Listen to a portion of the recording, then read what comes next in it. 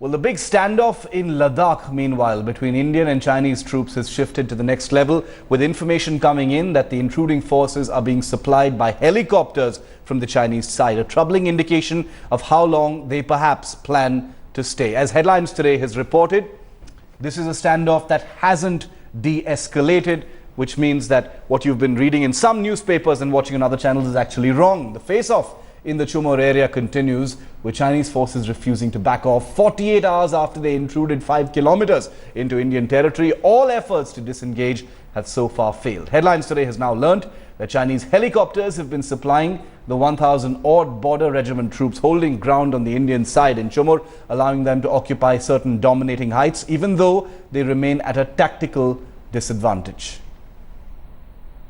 According to the army, 4 militants have been killed in the Tangdhar region of line of control in North Kashmir. Sources have told us that an alert has been sounded on the sensitive points of line of control, particularly along North Kashmir, because there is a suspicion that the situation which is The government has said it plans to stand firm. India will not seek another flag meeting, placing the onus on China to plan its exit from the Chumar standoff. But when will that actually happen remains the big question.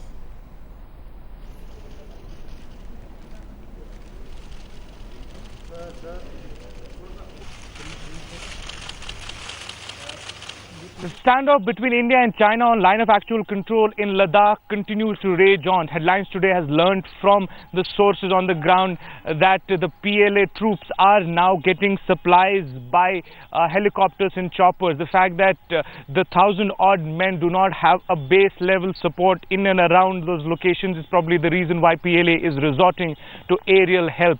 But this also gives you a idea of how well prepared and designed this entire operation has been on the ground. We also learned from the sources in the army and MOD that the Indian side is also not ready to blink first this time around. A very strong vigil is being kept on the movement of these men squatting on the line of actual control in Chumur area.